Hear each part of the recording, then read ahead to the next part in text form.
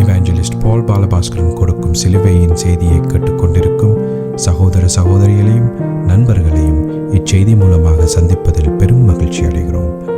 தாம் ஒருவரே ஞானமுள்ளவருமாயிருக்கிற தேவனுக்கு இயேசு கிறிஸ்துவின் மூலமாக என்றென்றைக்கும் மகிமையும் கனமும் உண்டாவதாக.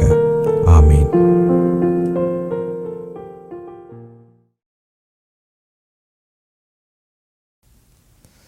நான் பால் பாலபாஸ்கரன். நான் ஒரு இவாஞ்சலிஸ்ட். சிலுவையின் செய்தி என்ற இந்த நிகழ்ச்சியில் என் சகோதரர்கள், என் சகோதரிகள், என் நண்பர்கள் எல்லோரையும் மறுபடியும் சந்திப்பதில் நான் பெரும் மகிழ்ச்சி அடைகிறேன். இந்த அருமையான நேரத்தை கர்த்தராகிய இயேசு கிறிஸ்து எங்களுக்கு ஒதுக்கி தந்திருக்கிறார். இந்த நேரத்தில் கர்த்தருடைய வேத வார்த்தைகளை உங்களோடு பகிர்ந்து கொள்வது எனக்கு மிகுந்த சந்தோஷத்தை அளிக்கிறது என்பதை நீங்கள் அறிந்து கொள்ள வேண்டும். கர்த்தருடைய வார்த்தை என சொல்லப்படும் பொழுது வளமை போல மறுபடியும் சொல்லுகிறேன், சிலுவையில் அறையப்பட்ட இயேசு கிறிஸ்துவே கர்த்தருடைய வார்த்தை. அதை தவிர வேறு வார்த்தைகள் எல்லாம் அது மனுஷனுடைய வார்த்தை என்பதை நாம் மறந்து கொள்ள வேண்டும். மனுஷனுடைய வார்த்தையினால் விடுதலை கிடையாது, மனுஷனுடைய வார்த்தையினால் ரட்சிப்பு கிடையாது, மனுஷனுடைய வார்த்தையால் பரிசுத்தம் கிடையாது. கர்த்தருடைய வார்த்தை அதுவும் அபிஷேகத்தோடு பிரசங்கிக்கும் பொழுதுதான் அது தன் வல்லமையை கொடுக்கிறது என்பதை நாம் தெளிவாக அறிந்து கொள்ள வேண்டும். இப்பொழுது நாங்கள் வேத வாக்கியத்திற்கு போவோம். ரோமர் 7:21. ரோமர் 7:21. ஆனபடியால் நன்மை செய்ய விரும்புகிற என்னிடத்தில் தீமை உண்டென்கிற ஒரு பிரமாணத்தை காண்கிறேன். மறுபடியும் சொல்கிறேன், ஆனபடியால் நன்மை செய்ய விரும்புகிற என்னிடத்தில் தீமை உண்டென்கிற ஒரு பிரமாணத்தை காண்கிறேன். இப்போ இந்த வேத வார்த்தைக்கு நான் தெரிந்து கொண்ட தலையங்கம் பாவம் மரணம் என்ற பிரமாணம். பாவம் மரணம் என்ற பிரமாணம். இப்பொழுது நாம் ஜெபத்திற்கு கடந்து செல்லுவோம். அருமையானங்கள் பிதாவே, உமக்கு ஸ்தோத்திரம். பரலோகத்தின் தேவனே, உமக்கு ஸ்தோத்திரம். உம்முடைய குமாரன் இயேசு கிறிஸ்துவ பலியாக சிலுவையில் ஒப்பு கொடுத்து அவருடைய வெளியேறப்பெற்ற இரத்தத்தினால தேவரை நீரங்களை மீட்டுக்கொண்டீர். அதற்காக உமக்கண்டைக்கும் ஸ்தோத்திரம். குற்றமற்ற உம்முடைய குமாரன் இயேசு கிறிஸ்துவனுடைய குற்றமற்ற இரத்தத்திற்காய் ஸ்தோத்திரம். மாசற்ற இரத்தத்திற்காய் ஸ்தோத்திரம். விலையேறப்பெற்ற இரத்தத்திற்காய் ஸ்தோத்திரம். நன்மையானவர்களை பேசும் அந்த இரத்தத்திற்காய் ஸ்தோத்திரம். அந்த இரத்தத்தினால் தேவரீர் நீர் எங்களை மீட்டுக்கொண்டீர். பரமபிதாவோடு எங்களை ஒப்புரவாக்கினீர். அந்த பாவத்தின் பிடியிலிருந்து நம்ம விலக்கினீர். அது மட்டுமல்ல, எந்த நேரமும் துணிவாக பரமபிதாவை உம்முடைய கிருபாசனத்துக்கு வரக்கூடிய பாக்கியத்தையும் தேவரீர் எங்களுக்கு தந்திருக்கிறீர். அதற்காக அன்றைக்கும் ஸ்தோத்திரம். இதனை கேட்டுக்கொண்டிருக்கும் என் சகோதர சகோதரிகள் எல்லோரையும் தேவரீர் ஆசீர்வதித்து அபிஷேகித்து அவர்களுக்கு பிரகாசமான மனக்கண்களை கொடுத்து உம்முடைய வேத வார்த்தைகளை அறிந்து கொள்ளக்கூடிய பாக்கியத்தையும் அவர்களுக்கு கொடுத்தருள வேணுமென்றும், அதே நேரம் அடியேனையும் அபிஷேகித்து அவர்களுக்கு நிதானமான முறையில் போதிக்கத்தக்கதாக உம்முடைய பரிசுத்த ஆவியானவர் தாமே முன்னின்று போதனையை செய்ய வேணுமென்று இயேசு கிறிஸ்துவின் நாமத்தினால் கேட்டுக்கொள்கிறேன் பிதாவே. ஆமேன் and amen and amen. Hallelujah, hallelujah, hallelujah. Thank you, Jesus. Thank you, Jesus. Praise the Lord. Praise the Lord. Praise the Lord. Hallelujah. Thank you, Jesus. அப்போ கடந்த செய்தியில் நான் குறிப்பாக உங்களுக்கு சொல்லியிருந்தேன், இந்த எபேசியர் 6:12 சொல்லப்பட்டிருக்கிற வார்த்தையை நான் உங்களுக்கு சொல்லியிருந்தேன். அது எப்படி என்றால், ஏனெனில் மாம்சத்தோடும் இரத்தத்தோடும் மட்டுமல்ல, துரத்தனங்களோடும் அதிகாரங்களோடும் இப்பிரபஞ்சத்தின் அந்தகார லோகாதிபதிகளோடும் வானமண்டலங்களுள்ள பொல்லாத ஆவிகளின் சேனைகளோடும் நமக்கு போராட்டம் உண்டு. கிறிஸ்தவர்களாகிய நமக்கு பெரும் போராட்டம் இந்த தீய சக்திகளோட உண்டு என்பதை நாம் தெளிவாக அறிந்து கொள்ள வேண்டும். அப்போ இந்த தீய சக்திகளுக்குள்ள அந்த முதல் சொல்லப்பட்ட அந்த மூன்றும் வந்து துரத்தனங்கள், அதிகாரங்கள், அந்தகார லோகாதிபதிகள், இந்த மூன்றும் விழுந்து போன தேவதூதர்களை குறிக்கிறது என்பதனையும், மற்றது வானமண்டலங்களில் உள்ள பொல்லாதாவிகள் ஆரை பற்றி சொல்கிறது என்று சொன்னால், ஆதாமுக்கு முதல் இருந்த மனுஷர்கள் அவர்கள் தேவனுக்கு எதிராக கலகம் செய்தபடியினால் அவர்களை தேவன் முற்று முழுதுமாக அழித்து போட்டார். அவர்கள் இப்பொழுது ஆவியோடும் ஆத்துமாவோடும் உலாவித் திரிகிறார்கள், சாத்தானுக்கு ஊழியம் செய்கிறார்கள் என்ற உண்மையை நாம் தெளிவாக அறிந்து கொள்ள வேண்டும். இவர்கள் மனுஷர்கள் போன்ற உருவத்தை உடையவர்களாக இருந்து தேவனாலே அவர்கள் முற்றும் முழுதுமாக அழிக்கப்பட்டு இப்பொழுது ஆவியும் ஆத்மாவுமாக இந்த பூலோகத்தில் வான மண்டலங்கள் முழுக்க அவர்களால் நிரம்பி இருக்கிறது என்ற உண்மையை நாம் அறிந்து கொள்ள வேண்டும். இவர்கள் பாவம் செய்கிறார்கள். பாவம் மரணம் என்ற பிரமாணம் அவர்களிட செயல்படுகிறது. அவர்களுடைய அந்த தீய சக்திகளுடைய தூண்டுதலினால மனுஷனும் பாவம் செய்கிறான். மனுஷன் பாவம் செய்கிறபடியினால் அவனுக்கும் பாவம் மரணம் என்ற பிரமாணம் நடைமுறையில் இருக்கிறது என்பதை நாம் தெளிவாக அறிந்து கொள்ள வேண்டும். அவனுக்காக உருவாக்கப்படவில்லை. அவன் அதனை தேடி சாத்தானுக்கு செவி கொடுத்தான். சாத்தானுக்கும் அவனுடைய கூட்டத்துக்கும் செவி கொடுத்ததன் நிமித்தம் அவனையும் பாவம் மரணம் என்ற பிரமாணம் பிடித்திருக்கிறது என்பதை நாம் அறிந்து கொள்ள வேண்டும். பயங்கரமானது பாவம் மரணம் என்ற பிரமாணம் பயங்கரமானது. அதே நேரம் அது நீதியானது. ஏன் நீதியானது? தேவனால கொடுக்கப்பட்டிருக்கிறபடியினால் அது நீதியானது. அது தேவனால் ஏற்படுத்தப்பட்டிருக்கிறபடியினால் அது நீதியானது.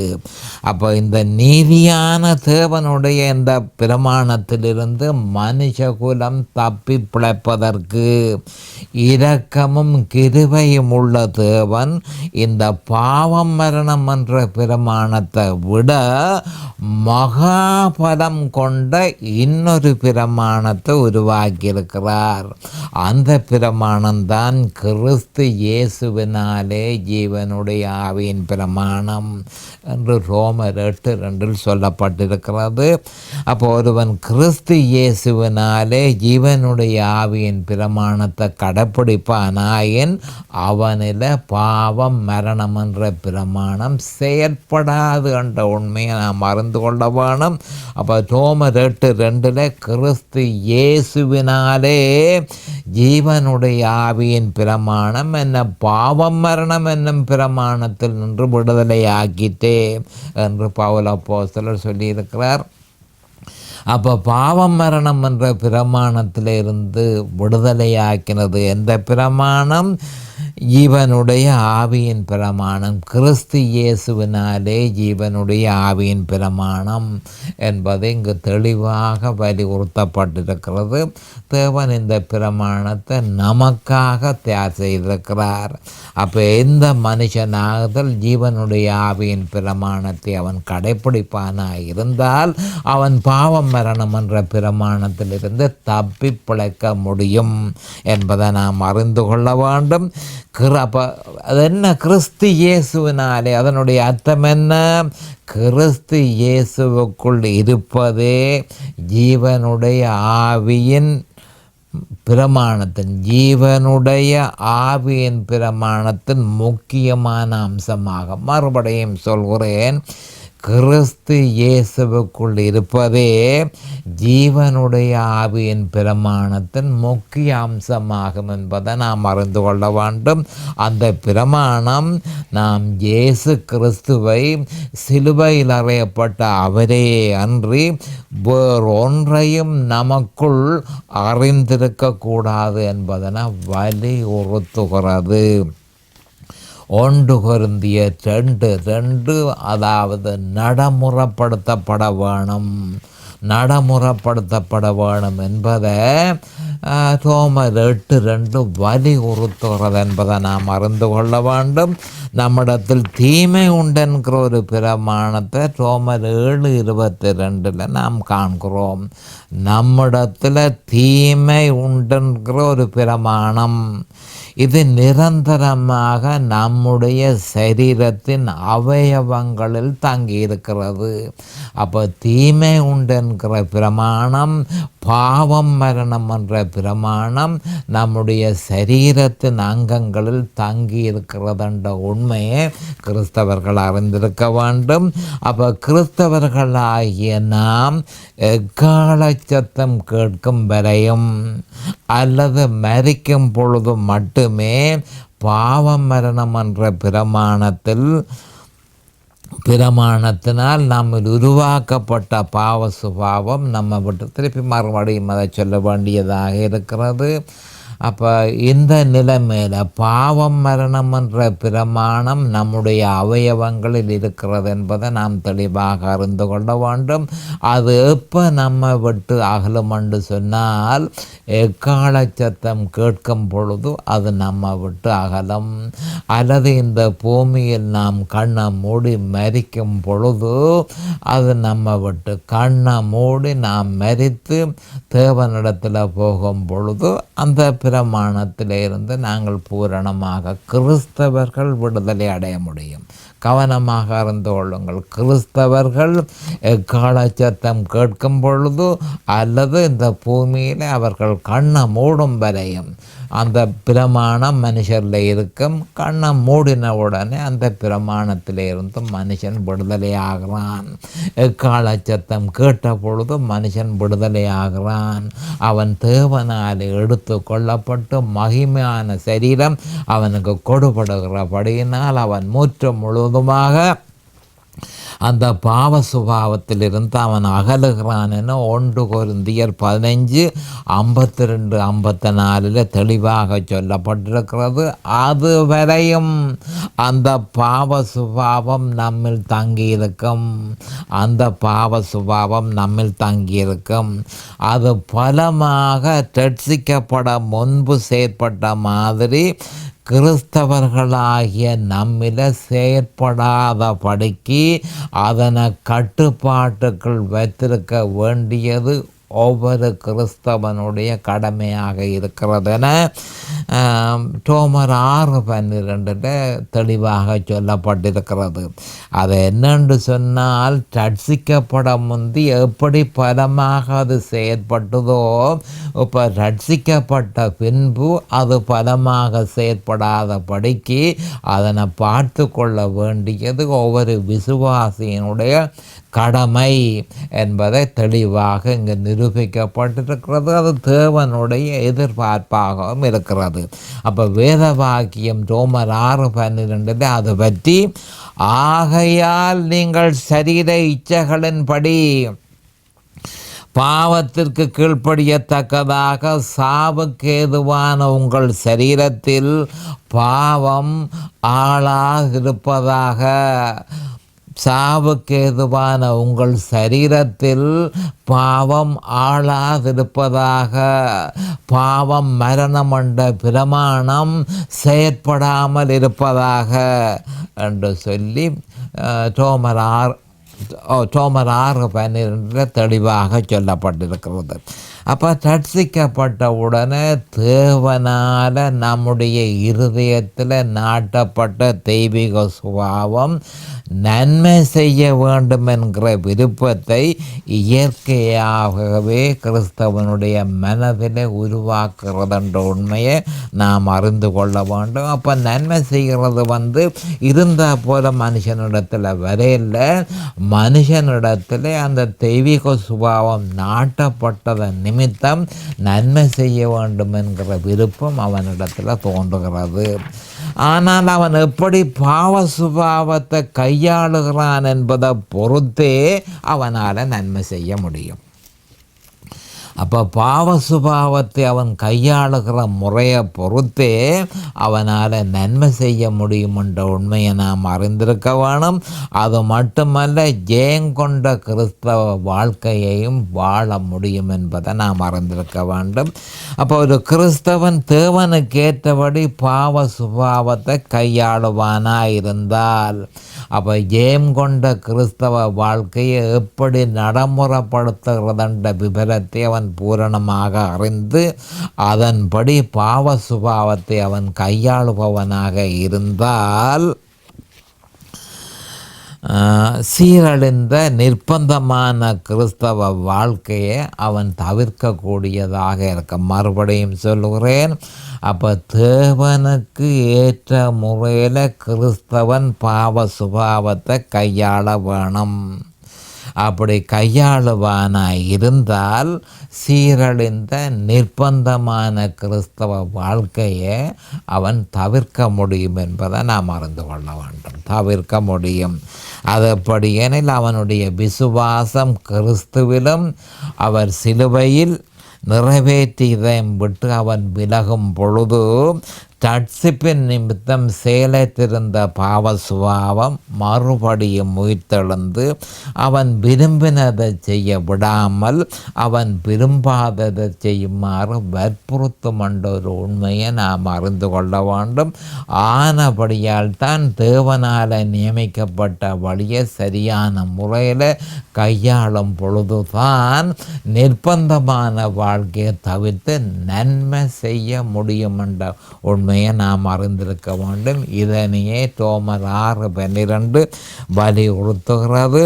இதனையே ரோமர் 7:15 தெளிவாக கூறுகிறது. என்ன மாதிரி என்று சொன்னால், விரும்பினதை செய்யாமல் விரும்பாததை செய்ய வேண்டி வரும் என்ற விவரம் ரோமர் 7:15 சொல்லப்பட்டு இருக்கிறது. அப்போ என்ன மாதிரி நாம் பாவ சுபாவத்தை கையாளுகிறோமோ அதை பொறுத்தே எல்லாம் தங்கும் என்றதை நாம் அறிந்து கொள்ள வேண்டும். அப்போ கலாத்தியர் 5:17 இது பற்றி தெளிவாக பவுல் அப்போஸ்தலர் கூறியிருக்கிறார். அது மிக முக்கியமான கலாத்தியர் 5:17 5:16 சொல்லப்பட்டிருக்கிற வேத வாக்கியங்களை நாம் மிகவும் அவதானமாக கவனிக்க வேண்டும். அப்போ பவுல் அப்போஸ்தலர் 5:17 என்ன சொல்லியிருக்கிறார் என்று சொன்னால், உங்களுக்கு தெரியுமோ உங்களுக்குள்ள நடக்கிறது, மாம்சம் ஆவிக்கு விரோதமாகவும் ஆவி மாம்சத்துக்கு விரோதமாகவும் இச்சிக்கிறது. அப்போது பெரும் யுத்தம் நம்முடைய சரீரத்தில் நடந்து கொண்டிருக்கிறது என்ற உண்மையை நாம் அறிந்து கொள்ள வேண்டும். கலாத்தியர் 5:17 ஆவி மாம்சம் ஆவிக்கு விரோதமாகவும் ஆவி மாம்சத்துக்கு விரோதமாகவும், பார்த்துக்கொள்ளுங்கள், மாம்சம் ஆவிக்கு விரோதமாகவும் ஆவி மாம்சத்துக்கு விரோதமாகவும் இச்சிக்கிறது. நீங்கள் செய்ய வேண்டும் என்று இருக்கிறவர்களை செய்யாதபடிக்கு இவைகள் ஒன்றுக்கொன்று விரோதமாக இருக்கிறது. அப்போ மாம்சத்துக்கும் ஆவிக்கும் இடையில இடவிடாமல் இழுபறி இருக்கின்றதை நாம் அறிந்து கொள்ள வேண்டும். இந்த இக்கட்டில் இருந்து விடுதலை அடைய வேணுமாக இருந்தால் கலாத்தியர் 5:16 பரிசுத்த ஆவியானவர் பவுல் அப்போஸ்தலருக்கு என்ன சொல்லியிருக்கிறார் என்பதை பார்ப்போம். ஆவிக்கு ஏற்றபடி நடந்து கொள்ளுங்கள், அப்பொழுது மாம்ச இச்சையை நிறைவேற்றாதிருப்பீர்கள். ஒரு மிக முக்கியமான விஷயம், மனுஷனில் இடவிடாமல் மாம்ச இச்சை முன்னுக்கு வர முயற்சிக்கிறது. மாம்ச இச்சை. அப்போ இந்த மாம்ச இச்சை செயல்படாமல் இருக்க வேணுமா இருந்தால் ஆவிக்கு ஏற்றபடி நடந்து கொள்ளுங்கள். அப்போ ஆவி என்ன சொல்லுகிறது? அது 8:2 ரோமர் 8:2 தெளிவாக சொல்லியிருக்கிறது. கிறிஸ்து இயேசுவினாலே ஜீவனுடைய ஆவியின் பிரமாணத்தை நீங்கள் கடைப்பிடிக்க வேணும். அப்படி ஜீவனுடைய ஆவியின் பிரமாணத்தை கடைப்பிடிக்கும் பொழுது பாவம் மரணம் என்னும் பிரமாணத்தில் நின்று நீங்கள் விடுதலை ஆவீர்கள். இதைத்தான் கலாத்தியர் 5:16 ஆவிக்கேற்றபடி நடந்து கொள்ளுங்கள், அப்பொழுது மாம்ச இச்சையை நிறைவேற்றாதிருப்பீர்கள்.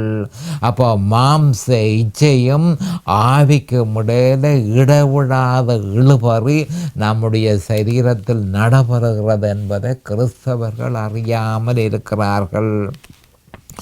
அப்போ பாவ சுபாவம் நம்மில் உண்டென்பதை இந்த வேத வாக்கியம் வலியுறுத்துகிறது.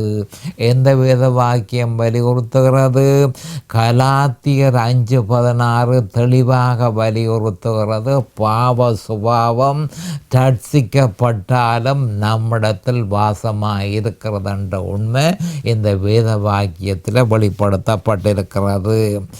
அப்போ அதிலிருந்து தப்புவதற்கு நம்முடைய விசுவாசத்தை முழுவதும் இயேசு கிறிஸ்துவிலும் அவர் சிலுவையை நிறைவேற்றியதிலும் வெளிப்படுத்தும் பொழுது பரிசுத்த ஆவியானவர் வல்லமையாக செயல்பட்டு பாவ சுபாவத்தினால் உருவாக்கப்பட்ட மாம்ச இச்சைகளுக்கு நாம் அடிபணியாதபடிக்கு நம்மை பார்த்து கொள்வார் என்ற உண்மையை தெளிவாக இங்கு சொல்லப்பட்டிருக்கிறது.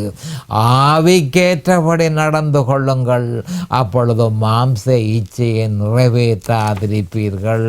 இயேசு கிறிஸ்துவையும் அவர் சிலுவையில் செய்து முடித்ததையும் தொடர்ந்து விசுவாசித்து அந்த விசுவாசத்தில் நிலைத்திருப்பீர்களாயிருந்தால் பாவ சுபாவத்தினால் உருவாக்கப்படுகிற மாம்ச இச்சைகள் செயல்பட முடியாதபடிக்கு பரிசுத்த ஆவியானவர் வல்லமையாக நம்மில் செயல்பட்டு அந்த இச்சைகளுக்கு, அந்த மாம்ச இச்சைகளுக்கு நாம் அடிபணியாதபடிக்கு அவர் பரிசுத்த ஆவியானவர் நம்மை பார்த்து கொள்ளுவார் என்பதனைத்தான் கலாத்தியர் 5:16 தெளிவாக சொல்லப்பட்டிருக்கிறது. ஆவிக்கு ஏற்றபடி நடந்து கொள்ளுங்கள், ஆவிக்கு ஏற்றபடி நடந்து கொள்ளுங்கள். பரிசுத்த ஆவி என்ன சொல்லுதோ அதன்படி நீங்கள் செயற்படுங்கள். பரிசுத்த ஆவி என்ன சொல்லுகிறார்? ரோமர் 8:2 பின்பற்றுங்கள். கிறிஸ்து இயேசுவினாலே ஜீவனுடைய ஆவியின் பிரமாணத்தை பின்பற்றுங்கள். கிறிஸ்து இயேசுவுக்குள் நிலைத்திருங்கள். கிறிஸ்துவையும் அவர் சிலுவையில் செய்து முடித்ததையும் தொடர்ந்து விசுவாசித்து அந்த விசுவாசத்தில் நீங்கள் நிலைத்திருப்பீர்களானால் அப்பொழுது பரிசுத்த ஆவியானவர் உங்களில் வல்லமையாக செயல்படுவார். அவர் வல்லமையாக செயற்பட்டு இந்த மாம்ச இச்சைகள் பலப்படாதபடிக்கும், மாம்ச இச்சைகள் நம்மை ஆக்கிரமிக்காதபடிக்கும் பரிசுத்த ஆவியானவர் பார்த்து கொள்வார். இதனைத்தான் கலாத்தியர் 5:16 ஆவிக்கேற்றபடி நடந்து கொள்ளுங்கள். கிறிஸ்தவ வாழ்க்கை ஆவிக்கேற்ற வாழ்க்கை என்பதை நாம் அறிந்து கொள்ள வேண்டும். பரிசுத்த ஆவியானவர் என்ன சொல்கிறாரோ அதன்படி நடக்க வேண்டியதுதான் கிறிஸ்தவ வாழ்க்கை.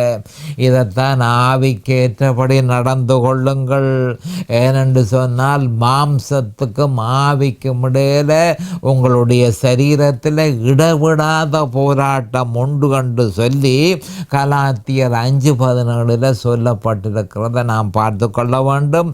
மாம்சம் ஆவிக்கு விரோதமாகவும் ஆவி மாம்சத்துக்கு விரோதமாகவும் இச்சிக்கிறது. நீங்கள் செய்ய வேண்டும் என்று இருக்கிறவைகளை செய்யாதபடிக்கு இவைகள் ஒன்றுக்கொன்று விரோதமாயிருக்கிறது. ரோமர் 7:15 பழையபடி மறுபடியும் இங்கு நினைப்பூட்டப்பட்டிருக்கிறது. நாம் கவனத்திற்கு எடுத்துக்கொள்ள வேண்டும். இதுவே அப்போ ஆவிக்கேற்றபடி நடந்து கொள்வதுதான் மிக முக்கியமான ஒரு விஷயம் என்பதை நாம் அறிந்து கொள்ள வேண்டும். இப்படி இருக்க பாவ சுபாவம் எப்பொழுதும் நம்மில் வாசமாயிருக்கிறபடியால் அப்போ ஒரு கிறிஸ்தவன் எக்கால சத்தம் கேட்கின்றனையும் அல்லது இந்த பூமியிலே அவன் கண்ணை மூடி பரலோகத்துக்கு மகிமைக்கு அவன் போகும் காலம் வரையும் மனுஷனில பாவ சுபாவம் தங்கி இருக்கிறது. தேவன் அதனை இழுத்து கொள்ளவில்லை. ரட்சிக்கப்பட்ட பின்பும் தேவன் அதனை எடுக்கவில்லை. அது மனுஷனிலேயே தங்க வைக்கப்பட்டிருக்கிறது என்ற உண்மையை நாம் அறிந்து கொள்ள வேண்டும். அப்போ கிறிஸ்துவிலே ஒருமித்த நோக்க வைத்துக்கொண்டு விசுவாசத்தின் குறிக்கோள் எப்பொழுதும் கிறிஸ்துவின் சிலுவையில் நிலைத்திருந்தால், பாவ சுபாவம் நம்மில் வாசமாயிருந்தாலும் அது பலன் கொண்டு நம்மை ஆளுவதற்கு போதுமான வல்லமையை பெறாது என்ற கணிப்பே பொருத்தமாக இருக்கிறது. இதைத்தான் ஆவிக்கேற்றபடி நடந்து கொள்ளுங்கள் என்று சொல்லப்பட்டிருக்கிறது. அப்போ இங்கே சொல்லப்பட்டிருக்கிறது என்னென்று சொன்னால், மனுஷன் எந்த காலத்திலும் அவனுடைய ஒருமித்த நோக்கு இயேசு கிறிஸ்துவிலே இருக்க வேண்டும் என்று சொல்லப்பட்டு கிடக்கு. அப்போ இயேசு கிறிஸ்துவிலே ஒருமித்த நோக்கி இருக்க வேணும். அவனுடைய விசுவாசத்தின் குறிக்கோள் எந்த காலத்திலும் சிலுவையில் இருக்க வேண்டும். அப்பொழுது அவனுடைய பலன் பரிசுத்த ஆவியாக இருக்கிறது. இதனுடைய பிரதிபலன் இடைவிடாமல் ஜெயங்கொண்ட கிறிஸ்தவ வாழ்க்கை அவனுக்கு உறுதிப்படுத்தப்படுகிறது என்பதை நாம் அறிந்து கொள்ள வேண்டும். இது பற்றி ரோமர் 6:6 நாம் இனி பாவத்துக்கு ஊழியம் செய்யாதபடிக்கு. அப்போ பாவ சுபாவம் நம்மிலே இருக்கிறபடியினால அந்த பாவ சுபாவத்துக்கு ரட்சிக்கப்பட முன்பு நாங்கள் ஊழியம் செய்தோம். ஆனால் இனிமேல் நாங்கள் அப்படி ஊழியம் செய்ய வேண்டிய அவசரம் இல்லை என்பதைத்தான் ரோமர் 6:6 நாம் இனி பாவத்துக்கு ஊழியம் செய்யாதபடிக்கு பாவ சரீரம் ஒளிந்து போகும் பொருட்டாக, பாவ சரீரம் ஒளிந்து போகும் பொருட்டாக நம்முடைய பழைய மனுஷன் அவரோட கூட சிலுவையில் அறையப்பட்டதென்று அறிந்திருக்கிறோம். இந்த உண்மையை மனுஷன் அறிந்திருக்க வேண்டியவனாக இருக்கிறான். கிறிஸ்டியானிட்டி அவன் எவ்வளவாக ஆவிக்குரிய உண்மைகளை அறிந்திருக்கிறத பொறுத்து அவன் இந்த கிறிஸ்டியானிட்டியினுடைய சக்சஸ் இருக்கின்றதை நாம் அறிந்து கொள்ள வேணும். லூக்கா 9:23 பின்பற்றுவாயாயிருந்தால் சக்சஸ். லூக்கா 9:23 பின்பற்றவில்லை என்று சொன்னால் படுதோல்வி ஏற்படும் என்று சொல்லி லூக்கா 14:27 சொல்லப்பட்டு கிடக்கு. நீங்கள் எனக்கு சீஷர்கள் இல்லை என்று சொல்லப்பட்டிருக்கிறது.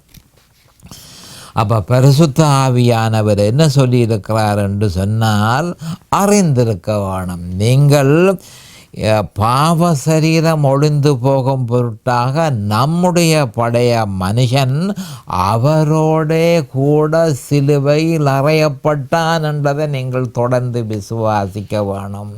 இதனைத்தான் கலாத்தியர் 2:20 பவுல் அப்போஸ்தலர் கிறிஸ்து உடனே கூட சிலுவையில் அறையப்பட்டேன் ஆயினும் பிழைத்திருக்கிறேன் என்று தெளிவாக சொல்லியிருக்கிறார். அப்படியாயின் கிறிஸ்துவனுடைய சிலுவையை எவன் குறைத்து மதிப்பிட முடியும்? எவன் அதனை உதாசீனம் செய்ய முடியும் என்பதை நாம் தொடர்ந்து நம்ம கேட்க வேண்டியவர்களாக இருக்கிறோம்.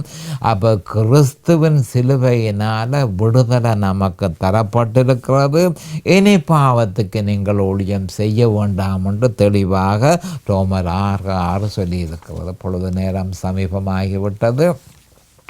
அடுத்த செய்தியில் நான் உங்களை சந்திக்கும் வரை கர்த்தராகிய இயேசு கிறிஸ்துவின் நாமத்தினால் நான் உங்களை ஆசீர்வதிக்கிறேன். அவருடைய கிருபையும் அவருடைய இரக்கமும் தாராளமாக உங்களுக்கு கிடைப்பதாக.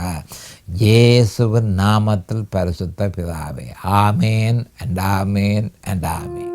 இந்த சிலுவையின் செய்தியை கேட்பவர்கள் அதன் ஆவிக்குரிய பலனை பூரணமாக அடைய வேண்டும் என்பதே நம்முடைய பிரார்த்தனையாகும்.